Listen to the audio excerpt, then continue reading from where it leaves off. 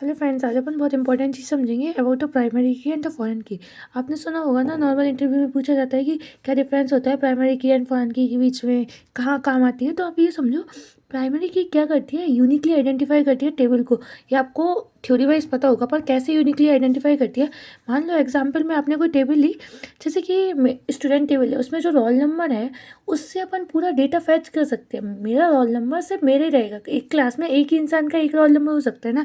वैसे ही वही उसी चीज़ को हम प्राइमरी की कंसीडर करते हैं, जो पूरी टेबल को यूनिकली आइडेंटिफाई करे। अब फॉरेन की क्या होती है, फॉरेन की क्यों यूज़ करते हैं जब प्राइमरी की यूनिकली आइडेंटिफाई कर रही है। तो फॉरेन की क्या करती है, जैसे कि ये दो टेबल हैं, दो टेबल को कनेक्ट करने में हेल्प करती है। जिससे हम मान लो कि अब हमें सेम डेटा इस टेबल में नहीं लिखना है, तो हम जस्ट उसको लिंक कर देंगे। अगर हम इस टेबल को अपडेट करेंगे ना कोई भी डेटा, तो अगर इस टेबल में भी वो डेटा अपडेट होगा, क्योंकि ये टेबल और दूसरे टेबल से लिंक्ड है।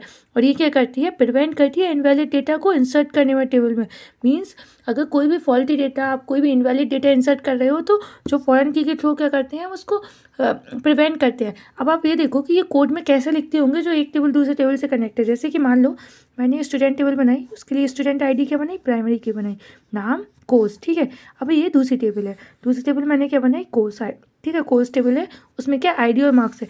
अब अगर मुझे इस टेबल को इस टेबल से लिंक करना है, तो जो इसकी जो प्राइमरी की है ना, लाइक स्टूडेंट टेबल की, इसकी प्राइमरी की को इसमें भी उस टेबल का नाम होना चाहिए, तभी हम उस चीज़ को फॉरेन की के अंदर रेफरेंस कर सकते हैं। अब मैंने क्या किया, स्टूडेंट आईडी को, जो आईडी थी, यहाँ भी स्टूडेंट आईडी लिखी हमने, ठीक है, उसको नॉर्मल रखा। और एक हमने अपनी जो टेबल में हमें जो दूसरी टेबल में जो डेटा इंसर्ट करना है वो लिया।